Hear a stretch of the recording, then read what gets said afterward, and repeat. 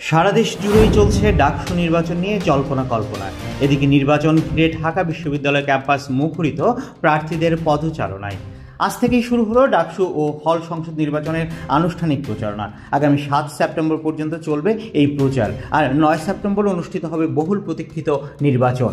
সকাল 10টা থেকে রাত 11টা পর্যন্ত প্রচারের সুযোগ থাকছে প্রার্থীদের জন্য। দেশের সর্বোচ্চ বিদ্যাপীঠে এইবার হচ্ছে নজিরবিহীন নির্বাচন।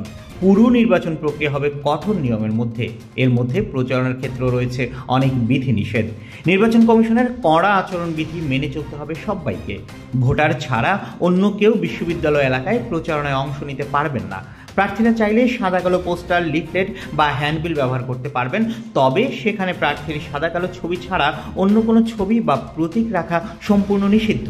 বিশ্ববিদ্যালয় বা হল এলাকায় দেয়াল, যানবাহন, গাছপালা, খুঁটি বা অন্য কোনো স্থাপনায় পোস্টার লাগানো যাবে না। এমনকি কালি, চুন ও কেমিক্যাল দিয়ে লেখা বা চিত্রাঙ্কন করে প্রচার করাও নিষিদ্ধ।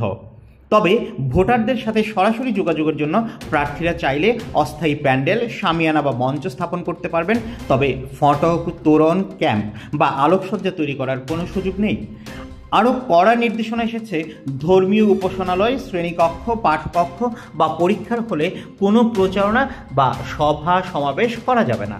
এছাড়া 10 সেপ্টেম্বর পর্যন্ত কোনো প্রার্থী বিশ্ববিদ্যালয় কেন্দ্রিক সেবামূলক কাজ, উপঢৌকন, বিলি বন্টন, আপ্যায়ন বা অর্থ সাহায্য করতে পারবে না। প্রচারণার সময় শোভাযাত্রা বা সমাবেশ করতে চাইলে অন্তত 24 ঘন্টা আগে প্রধান রিটার্নিং কর্মকর্তার অনুমতি নিতে হবে। এমনকি প্রচারণা বা ভোটের দিন কোনো প্রকার খাদ্য বা পানীয় সরবরাহ করাও সম্পূর্ণ নিষিদ্ধ। প্রতি প্যানেল বা প্রার্থী প্রতিটি হলে একটি এবং বিশ্ববিদ্যালয় পর্যায়ে 3টি প্রজেকশন মিটিং করতে পারবে। এছাড়া অনলাইনে বা সামাজিক যোগাযোগ মাধ্যমে প্রচারণা চালানো যাবে, তবে সেটি অবশ্যই আইনসিদ্ধ ইতিবাচক পদ্ধতিতে করতে হবে। নিয়ম ভাঙলে শাস্তি কিন্তু ভয়াবহ। কোনো প্রার্থী বা তার পক্ষে কেউ আচরণবিধি ভঙ্গ করলে 20,000 টাকা জরিমানা, প্রার্থিতা বাতিল, এমনকি বিশ্ববিদ্যালয় থেকে বহিষ্কার পর্যন্ত হতে পারে। প্রয়োজনে আইনগত ব্যবস্থাও নেওয়া হবে বলে স্পষ্ট করে জানিয়েছেন নির্বাচন কমিশন। এবারের ডাকসু নির্বাচনকে ঘিরে ক্যাম্পাসে ইতিমধ্যে উচ্ছ্বাস ছড়িয়ে পড়েছে। সব শিক্ষার্থীরা আশাবাদী নিয়ম মেনে হবে সুষ্ঠু, স্বচ্ছ ও অংশগ্রহণমূলক একটি নির্বাচন।